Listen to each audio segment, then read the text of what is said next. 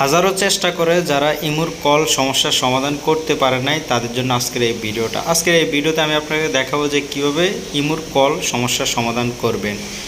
বিভিন্ন সময় আমরা কারো কাছে ইমুতে কল দিতে গেলে কিন্তু তখন বিনা কারণে কিন্তু কল অটোমেটিক কেটে যায়, এর ফলে আমরা কল দিতে পারি না। আজকের এই ভিডিওতে আমি আপনাকে দেখাবো কী কারণে এই ধরনের সমস্যা হয়, কীভাবে আপনি এই সমাধান করবেন।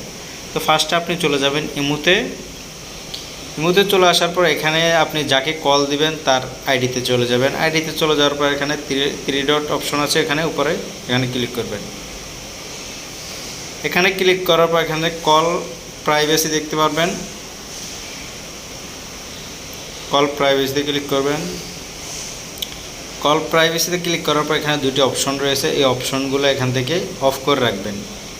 এই অপশনগুলো অফ করলে আপনার এই কলগুলা যাবে। এখানে দেখতে পাচ্ছেন উপর ফার্স্টে রয়েছে স্ক্রিনশট, এইটা যদি আপনি অফ করে রাখেন বা অন করে রাখেন, অন করার ফলে কল অবস্থায় যদি কেউ আপনার স্ক্রিনশট নিতে চায় তাহলে নিতে পারবে না।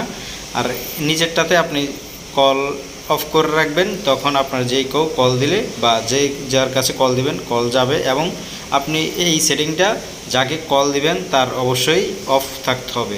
তো ব্যাকে চলে যাবেন। ব্যাকে চলে যাওয়ার পর এখান থেকে আপনি এখানে একদম ব্যাকে চলে যাওয়ার পর এখানে প্লাস আইকন দেখতে পারবেন কর্নারে, প্লাস আইকনে ক্লিক করবেন। প্লাস আইকনে ক্লিক করার পর